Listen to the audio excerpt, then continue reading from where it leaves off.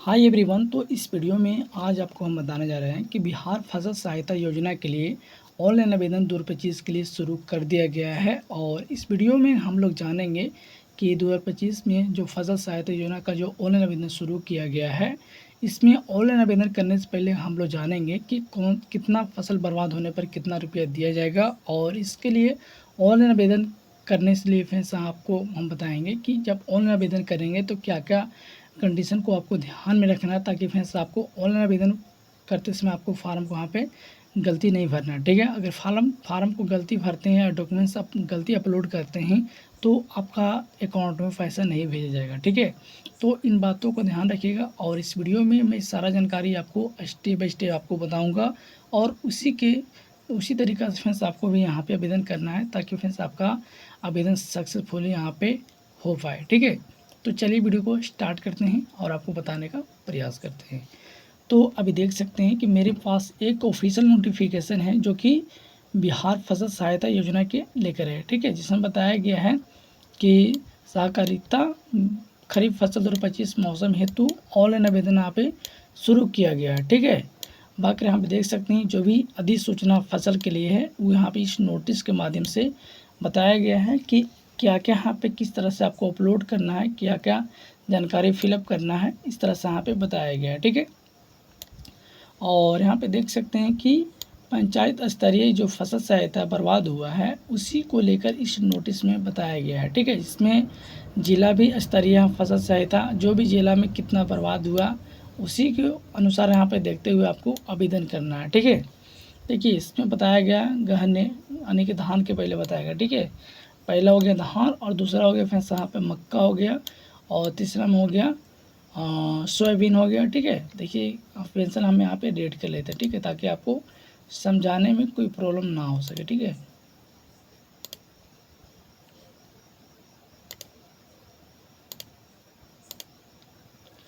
तो यहाँ पे देख सकते हैं हम रेड ले लिए। ठीक है, उसके बाद आप देख सकते हैं उसके बाद हो गया मखाना। ठीक है, मखाना हो गया, उसके बाद यहाँ पे आलू हो गया और उसके बाद यहाँ पे बैगन हो गया। ठीक है, तो 1 2 3 4 5 6। ठीक है, तो 6 तरह से फ्रेंड्स इसमें आपको ऑनलाइन आवेदन 6 फसल सहायता के लिए फ्रेंड्स आपको पेमेंट दिया जाएगा। ठीक है, तो जो देखिए यहाँ बताया गया पहले नंबर में कि फसल उत्पादन हेतु 20% तक का क्षति होने पर आपको कितना 7500 रुपये आपको यहाँ पे बैंक अकाउंट में दिया जाएगा। ठीक है, देखिए यहाँ पे साफ साफ लिखा गया है कि अगर आपका फसल 20% तक फिर यहाँ पे क्षति होते हैं तो आपको 7500 रुपये आपको दिया जाएगा। ठीक है, और प्रति हेक्टेयर के तथा आपको 20% से ज़्यादा क्षति होने पर आपको यहाँ पे बताया गया है कि 10,000 रुपया तक फिर आपको सहायता राशि दिया जाता है। ठीक है, देखिए 20,000 तक अगर क्षति होता है तो 7500 रुपये आपको दिया जाएगा। अगर 20% से अगर ज़्यादा होता है, ठीक है, जैसे कि 30% हो गया क्षति, ठीक है, तो उस स्थिति में आपको क्या है कि यहाँ पे हेक्टेयर के माध्यम से आपको 10,000 रुपया यहाँ पे प्रोवाइड किया जाएगा। ठीक है, तो इन बातों को ध्यान में रखिएगा। ठीक है, बाकी यहाँ पे बताया गया कि अधिकतम यानी कि 2 हेक्टेयर प्रति किसान हेतु सहायता राशि का भुगतान आपको किया जाएगा। ठीक है, यानी का जो आपका ज़मीन होना चाहिए 2 हेक्टेयर प्रति किसान का होना चाहिए। ठीक है, तभी आप इसके लिए आवेदन कर पाइएगा। ठीक है, चाहे वो आपको रैयत हो या गैर रैयत हो तथा आंशिक रूप से या रैयत एवं गैर रैयत का श्रेणी के किसानों के लिए हो। ठीक है, सभी लोग यहाँ पे आवेदन करेंगे। ठीक है, उसके लिए आपको 2 हेक्टेयर प्रति किसान हेतु सहायता पे राशि का भुगतान आपको करना होगा। ठीक है, उसके बाद देखिए यहाँ बताया गया है कि नगर पंचायत एवं नगर परिषद क्षेत्र के किसान भी इस योजना के लिए लाभ प्राप्त करने के योग्य होंगे। ठीक है, चाहे आप ग्रामीण से आते हैं किसान या शहर से आते होंगे किसान। ठीक है, तो जो ग्रामीण से किसान आते हैं वो भी आप अप्लाई कर सकते हैं और जो शहर से किसान आते हैं वो भी अप्लाई कर सकते हैं। ठीक है, यानी कि नगर पंचायत या नगर परिषद क्षेत्र से कोई भी अगर आते हैं किसान भाइयों तो सभी लोग इस योजना के लिए यहाँ पे लाभ ले पाएंगे। ठीक है, कोई दिक्कत यहाँ पे नहीं होगी और इसमें आवेदन करने के लिए निःशुल्क आपको आवेदन करना है। किसी को आपको 1 रुपया पेमेंट देने का ज़रूरत नहीं पड़ेगा। ठीक है, तो इन बातों को आप लोग अच्छी तरह से यहाँ पे ध्यान में रखिएगा। ठीक है, उसके बाद जब हम यहाँ पे ऊपर आएंगे तो देखिए इस लाइन में बताया गया कि आवेदन की जो अवधि रखी गई है 31 अक्टूबर 2025 से स्टार्ट कर दिया जाएगा, ठीक है। और यहाँ पे बताया गया है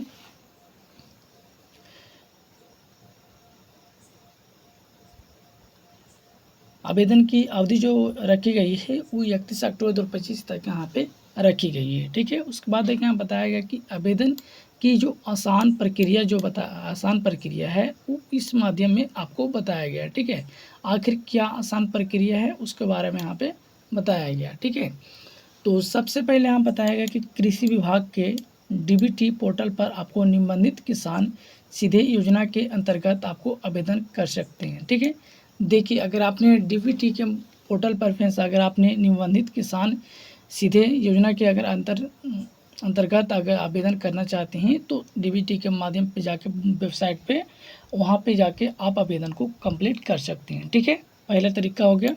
और दूसरा बताया गया कि प्रधानमंत्री कृषि सम्मान निधि योजना के अंतर्गत कृषि विभाग बिहार सरकार के द्वारा संधारित एवं सत्यापित, ठीक है, रैयत श्रेणी के किसान बिहार फसल सहायता योजना के अंतर्गत सिर्फ रैयत श्रेणी अथवा आंशिक रूप से या तथा गैर रैयत श्रेणी में आवेदन कर सकते हैं, ठीक है।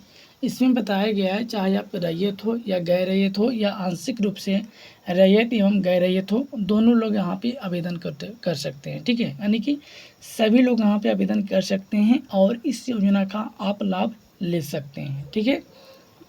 जितना भी आपका फसल बर्बाद हुआ है, क्षति हुआ है, उसी के अनुसार से यहाँ पे आपको पेमेंट दिया जाएगा, ठीक है। तो इन बातों को यहाँ पे ध्यान में रखिएगा, ठीक है। उसके बाद यहाँ बताया गया कि आवेदन के समय आपको किसानों को फसल एवं बुआई के रकबा की जानकारी देनी होगी, ठीक है। यानी कि आपने कितना फसल यहाँ पे बुआई किए हैं, ठीक है, उसका जो रकबा है वो आपको यहाँ पे जानकारी देना होगा, ठीक है, कि कितना आपने बुआई किए हैं, कितना आपको फसल यहाँ पे क्षति हुआ है, वो दोनों आपको यहाँ पे मेंशन करना होगा, ठीक है, जानकारी देना होगा। उसी के अनुसार से आपको पेमेंट यहाँ पे दिया जाएगा, ठीक है। उसके बाद यहाँ बताया गया कि फसल कटनी प्रयोग आधारित उपजर दर के आंकड़ों को आधार पर आपको योग ग्राम पंचायत अधिसूचित क्षेत्र इकाई के चयन के पश्चात चयनित ग्राम पंचायत अधिसूचित क्षेत्र इकाई के आवेदकों को किसानों को आपको नियंत्रण अनुसार आपको दस्तावेज अपलोड करने की आवश्यकता होगी, ठीक है। यानी कि जो भी आप किसान हैं शहर से आते हैं या ग्रामीण से आते हैं, ठीक है, दोनों किसानों को फ्रेंड्स क्या है कि जो भी यहाँ पे डॉक्यूमेंट्स मांगा गया है उस सभी डॉक्यूमेंट्स को फ्रेंड्स यहाँ पे आपको अपलोड करना होगा, ठीक है। अगर आप डॉक्यूमेंट्स को अपलोड नहीं करते हैं तो आपका आवेदन रिजेक्ट कर दिया जाएगा, ठीक है। तो इन बातों को ध्यान में रखिएगा। उसके बाद यहाँ बताया गया है कि यहाँ पे रैयत किसान, ठीक है, ये हो गया रैयत किसान के लिए यहाँ पे प्रोसेस बताया गया है। और यहाँ पे गैर रैयत किसान के लिए यहाँ पे प्रोसेस बताया गया है। एवं रैयत एवं गैर रैयत दोनों श्रेणी के किसानों के लिए फ्रेंड्स इस प्रोसेस यहाँ पे बताया गया है, ठीक है। अगर मान लीजिए फ्रेंड्स के खुद का ज़मीन नहीं है, ठीक है, अगर आपने बटैया करते हैं, ठीक है, तो आपको क्या करना है, इस ओला को फॉलो करना है। अगर मान लीजिए फ्रेंड्स यहाँ पे रैयत एवं गैर रैयत दोनों को फ्रेंड्स यहाँ पे अगर खुद का ज़मीन है और बटैया भी करते हैं तो आपको इस वाला बॉक्स को आपको फिलअप करना है, ठीक है। उसके बाद देखिए हम बताया गया है कि पहला में कि अध्ययन भूमि स्वामीन प्रमाण पत्र भी आपको अपलोड करना होगा, जो कि 31 मार्च 2024 के पश्चात निर्गत राजस्व रसीद एवं 31 मार्च 2025 के पश्चात आपको निर्गत स्वयं घोषणा प्रमाण पत्र आपको देना होगा, ठीक है। देखिए 31 मार्च 2025 के पश्चात में आपको जो राजस्व जो रसीद होगा वो आपको कटा होना चाहिए और वही रसीद को फिर यहाँ पे आपको अपलोड करना होगा, ठीक है।